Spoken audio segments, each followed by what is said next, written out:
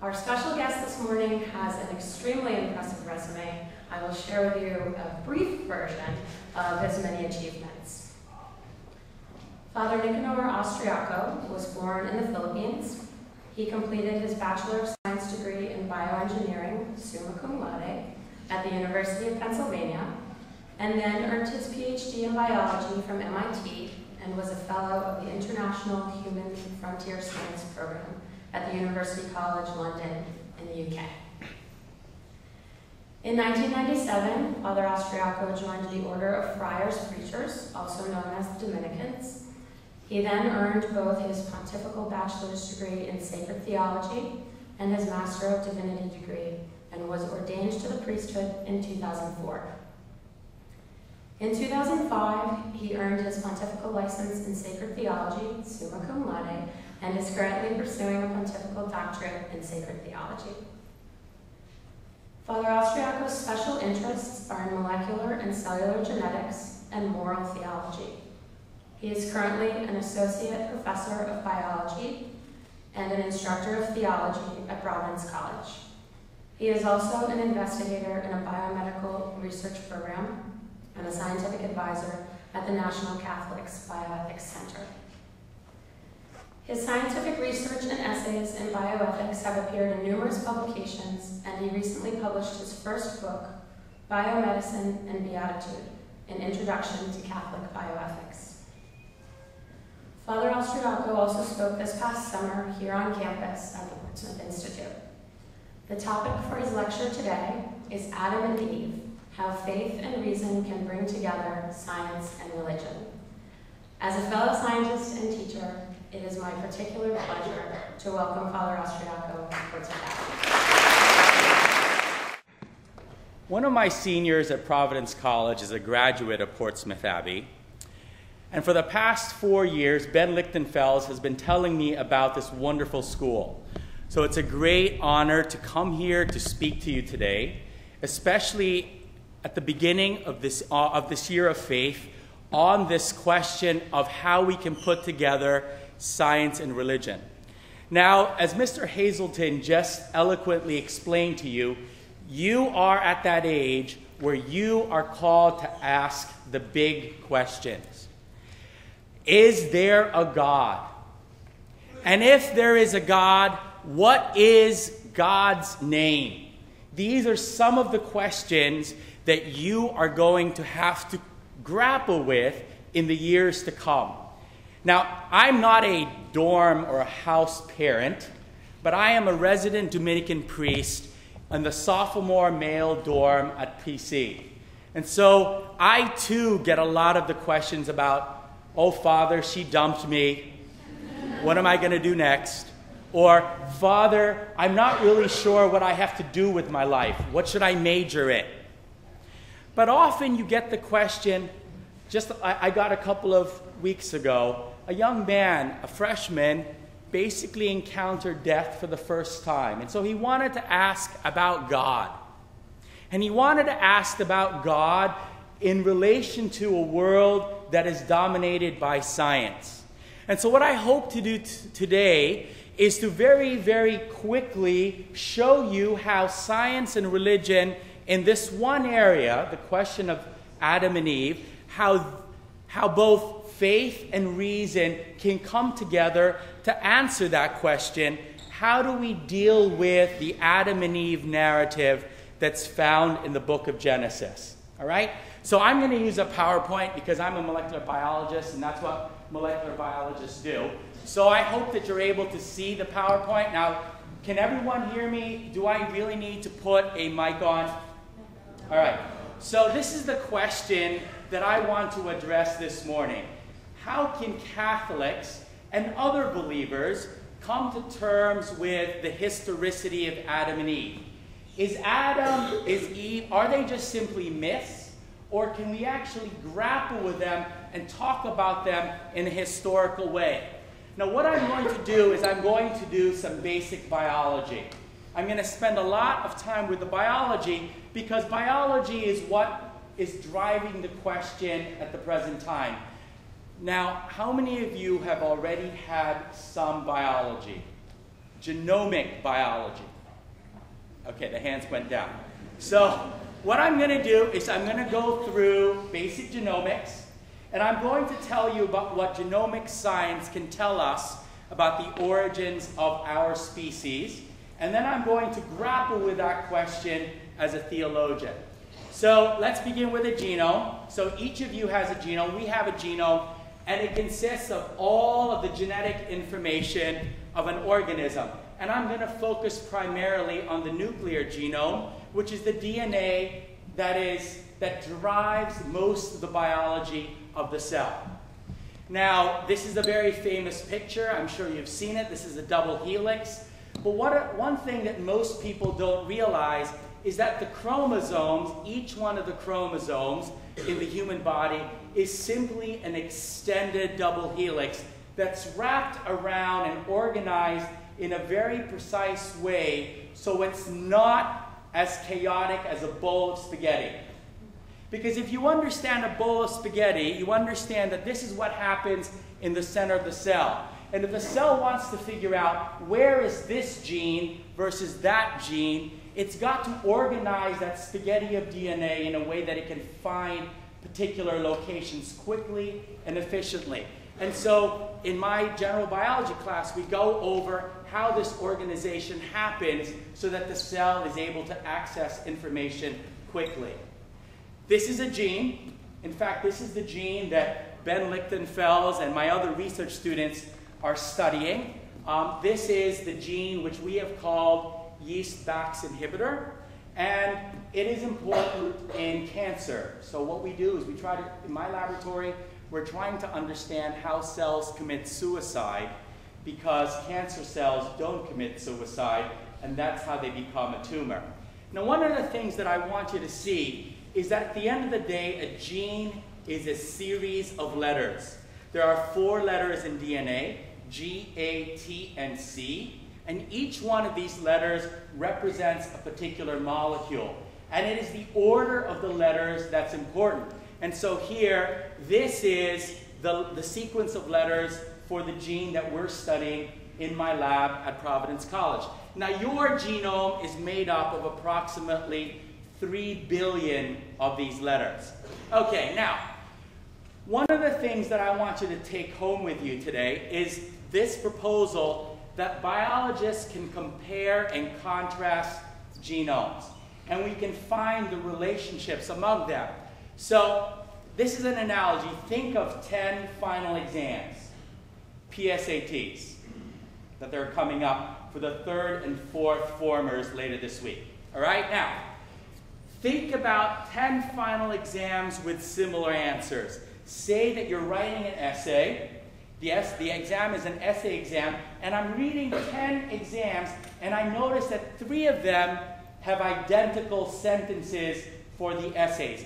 What do you think happened to get all of those exams, at least 3 of them, to have very similar answers? What would you say if you were a teacher? There is cheating. Now notice, cheating means common origin. So the 3 students got together and they looked at one exam and they copied that exam. So you can tell from similarities among the exams that these exams had a common origin.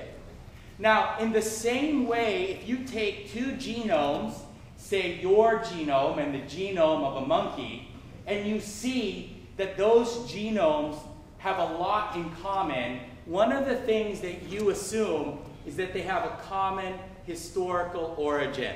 That's really one of the hallmarks of human evolution.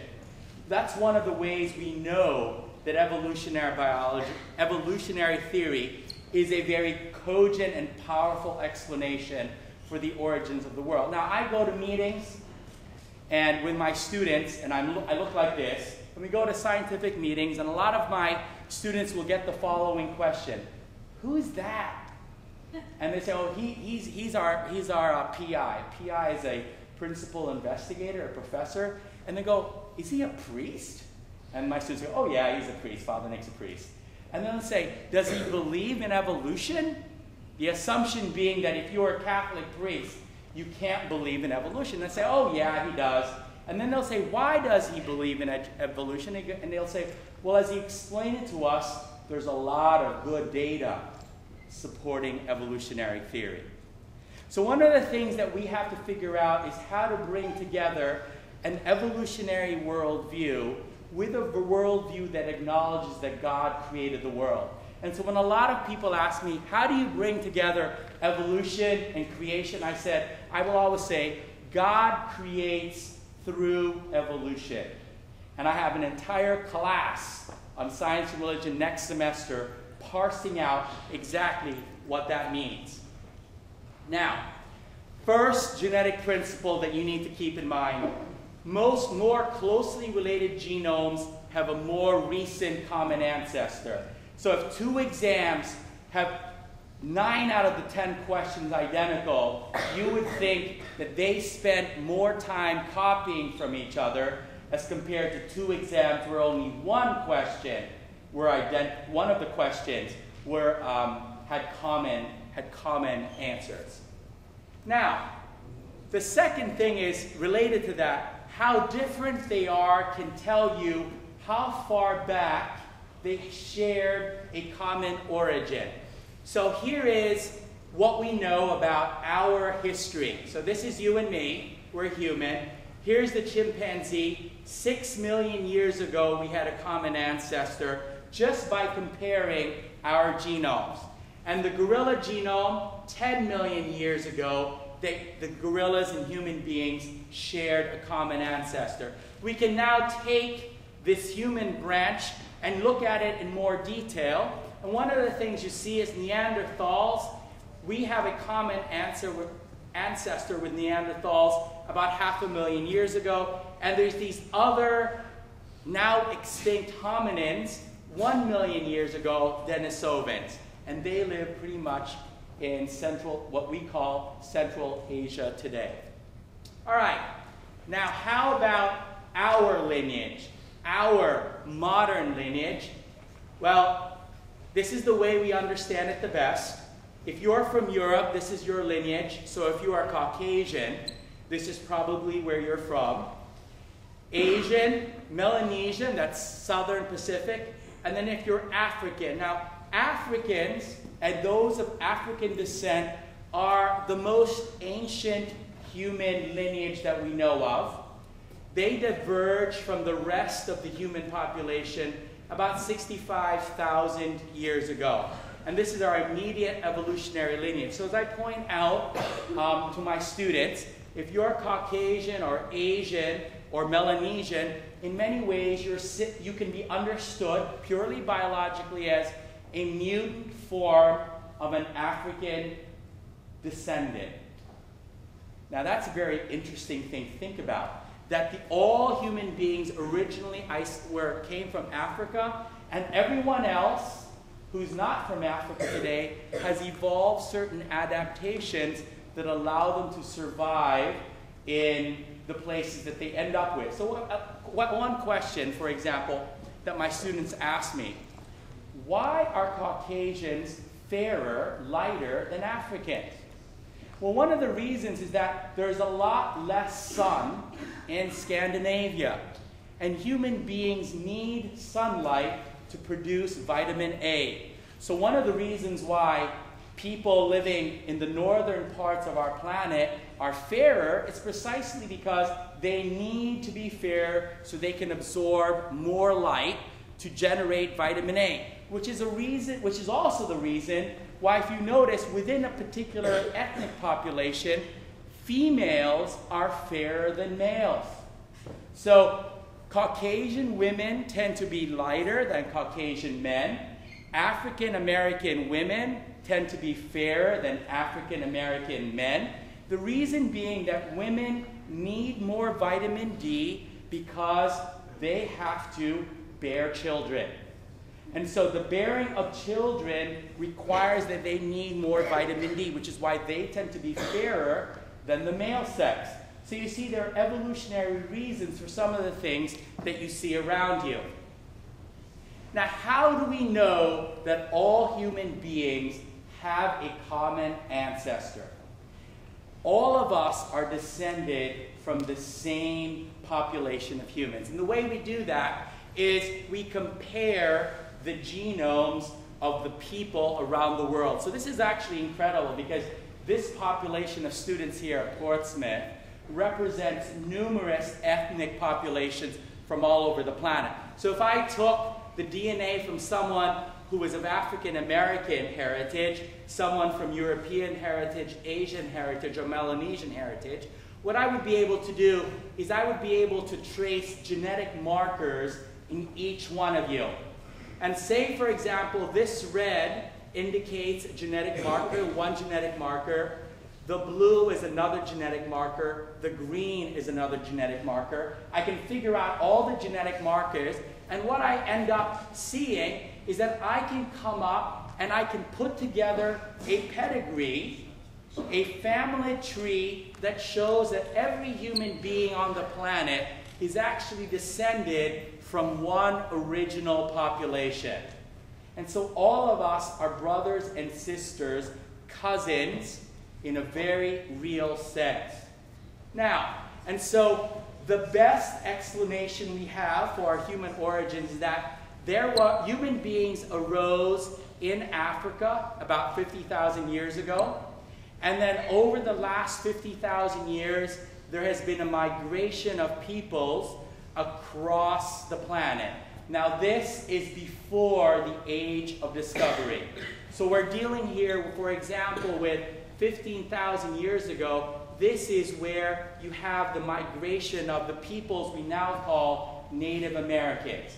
And they are most closely related to people in Asia, which is why you see there are common genetic and physiological traits between Native Americans and individuals from Eastern Asia, because this is the picture that best explains where you and I come from.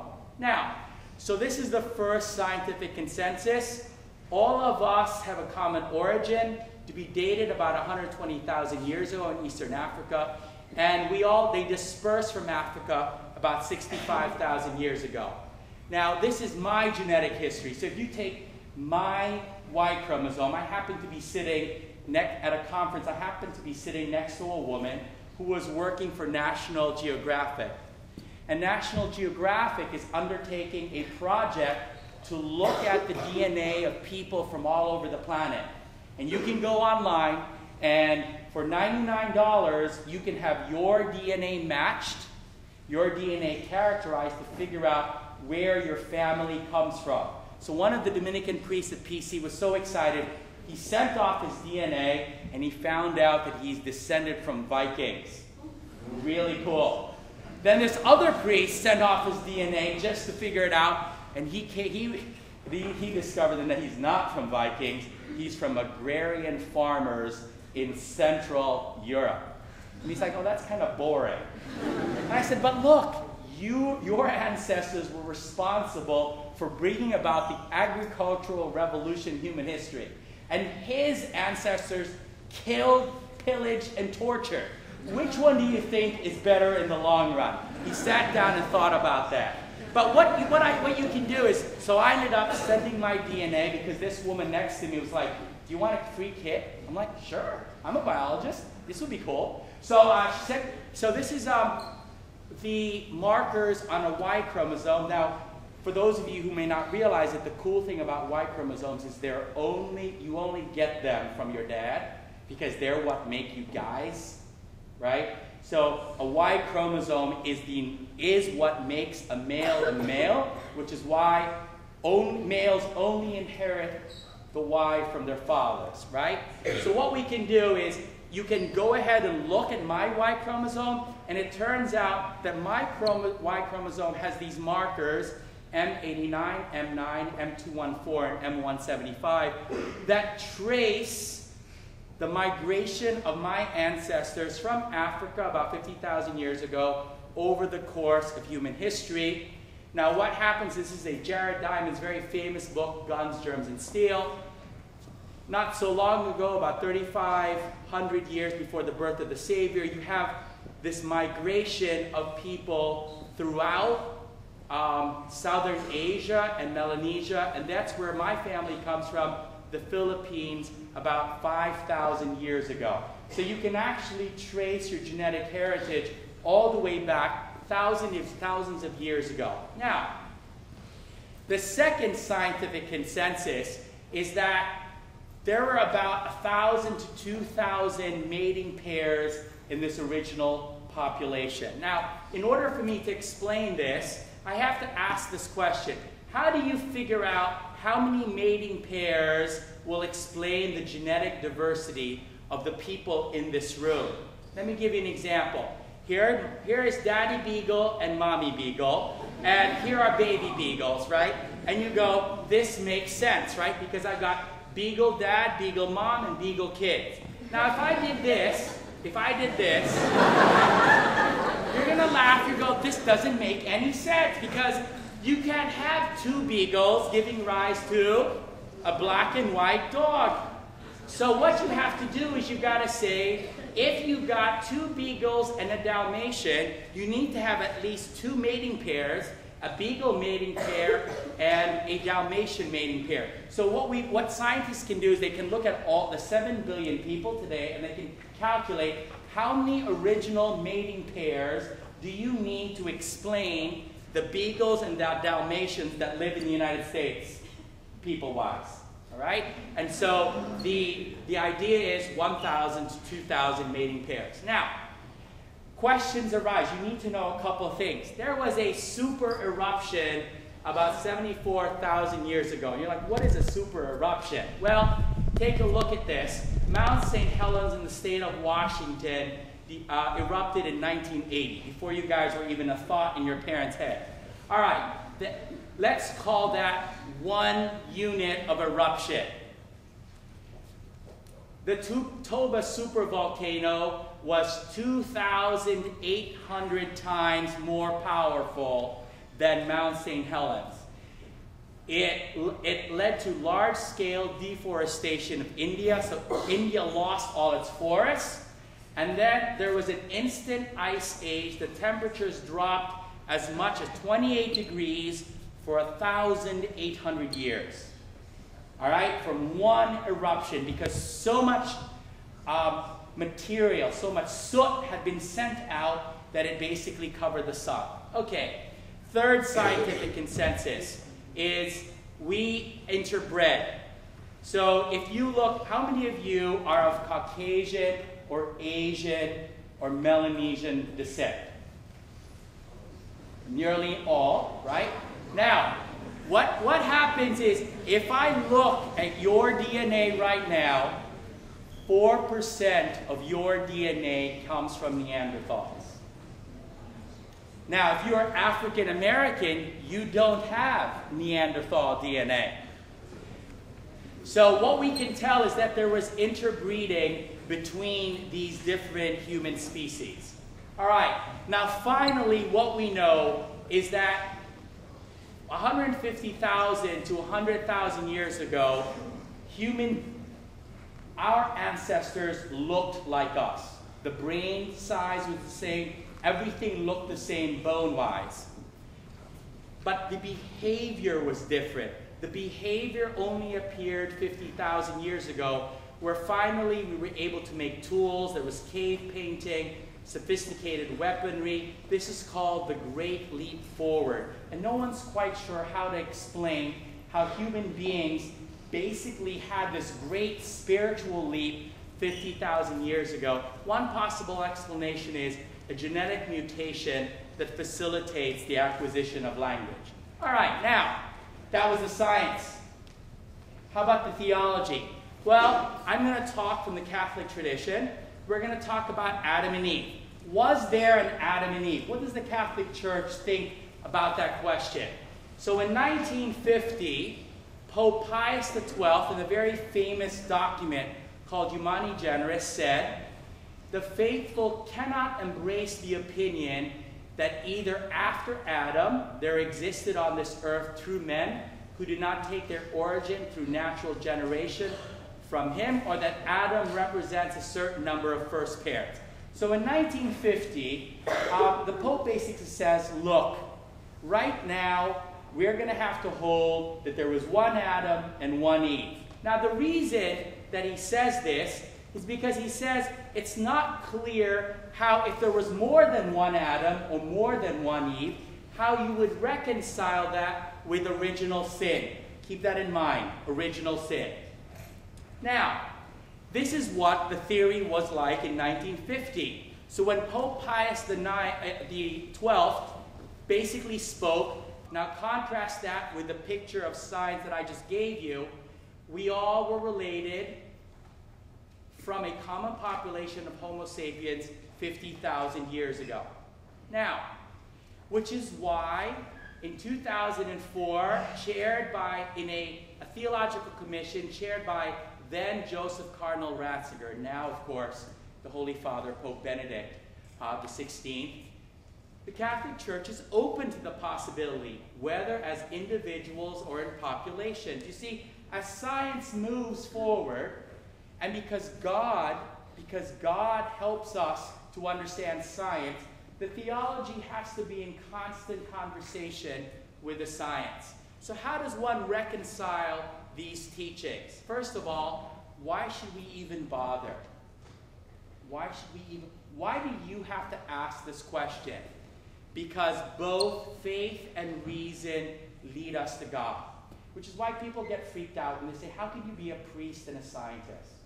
And I say, when my students do their experiments, we are able to get a glimpse into God's creation. And just like if you want to understand a painter, look at his paintings.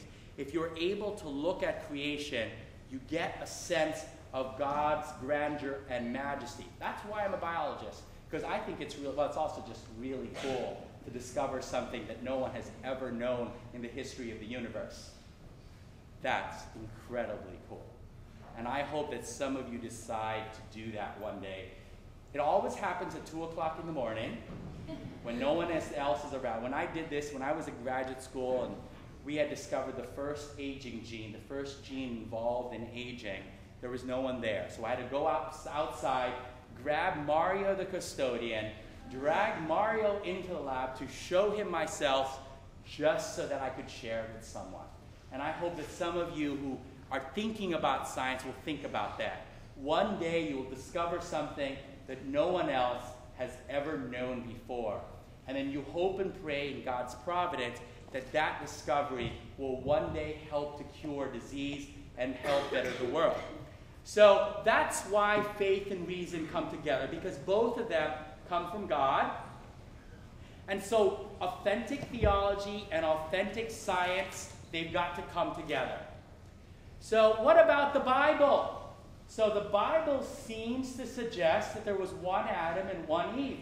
How do you put that together? Well, from the Catholic tradition, and this is from the Catechism of the Catholic Church, you notice the Church, interpreting the symbolism of biblical language, teaches that our first parents were constituted in an original state of holiness and justice. The account of the fall in Genesis 3 uses figurative language. So the Catholic tradition is open to reading the Bible in figurative ways. And the challenge is to figure out which is historical and which is figurative. And that's the challenge of faith and reason. So I'm just going to end by talking about original sin. So one of the things that you have to come to grips with is original sin. Not just the theory of it, but also the existential reality of it, right? Original sin is often the source of the unhappiness that you see in life. Mr. Hazelton was talking about all the difficult things that he has had to deal with in his experience at Hotchkiss. Well, at the end of the day, theologically, if you say, why do people break other people's hearts? Why do crushes work and then fail dramatically? Original sin, all right? And so original sin, the Catholic Church understands original sin in the following way. Basically, Adam and Eve, back in history, there was a fall. And when there was a fall, when we rejected God's grace, we rejected all of the incredible gifts that he had given us, including infused knowledge, loving obedience, virtue, and the absence of suffering and death. So when every time you suffer, you realize that's original sin. And so the state of original sin is the absence of these gifts and the wounding of our nature. So this is what I'm going to end with. How do you bring it together? Well, one possibility is this. Pre-human primates, hominins, evolved into archaic humans about 150 to 100,000 years ago. At a single moment in time, and I'm proposing after the Toba supereruption, where so many things died and there was an ice age of 2,000. Imagine, when it gets really cold, you guys turn on the heat. When it gets really cold 70,000 years ago, for 2,000 years, after a while, things die. And a lot of people would have died as well. So you end up with a small population. There is a spiritual soul that is infused into the evolving matter. These pre-humans become humans. Is this the great leap forward? Adam is a member, maybe the tribe leader of the small population of people. And he and his wife disobey God in some way, and they lead their entire group of people to disobey God. And that leads to the fall and the generation of original sin. And in time, they were redeemed by Jesus Christ, the Savior in the world. So that's like a possible way of bringing these two things together. So I end with saying thank you. I have to thank this is one of my classes. This was my honors colloquium in science and religion last semester, where we just argued. We spent one semester arguing about God. So over Christmas break, I sent them home to read Richard Dawkins. And I got emails, Father, I just lost my faith. I don't know why I believe in God. The God delusion. Am I deluded? So they come back, and we spend a semester talking about faith and reason and showing how Richard Dawkins has such a weak argument. There are weak arguments for atheism. I actually give my students the strongest arguments for atheism and then show them how those arguments still fail, as long as you are metaphysically robust. And so this is my class. This is my class of arguing. We would spend 3 hours every Wednesday night arguing like crazy. This is one of my Dominican brothers, Father Hyacinth Marie Cordell. You can tell he's a percussionist. And he is associate pastor at St. Pius V Parish in Providence. And he came into the seminary not believing in evolution. So we spent 7 years just arguing. And he understands now that the reason why you hold to evolution is because the data is very good. And then this is my laboratory. This is Ben Lichtenfels, a graduate of Portsmouth Abbey. He is now in the process of applying for medical school, so say a little prayer for him. And this is my lab. They call themselves the Dead Yeast Society because all we do is kill yeast in interesting and fascinating ways. And this is the lab mascot. Before my birthday a few years ago, my lab went to we went out to, what is that place down in the mall in downtown Providence? It's like Dave & Buster's. And so they spent 3 hours having a blast collecting all of these tickets. And then afterwards they say, Father, what do you want for your birthday? And I say, you guys choose.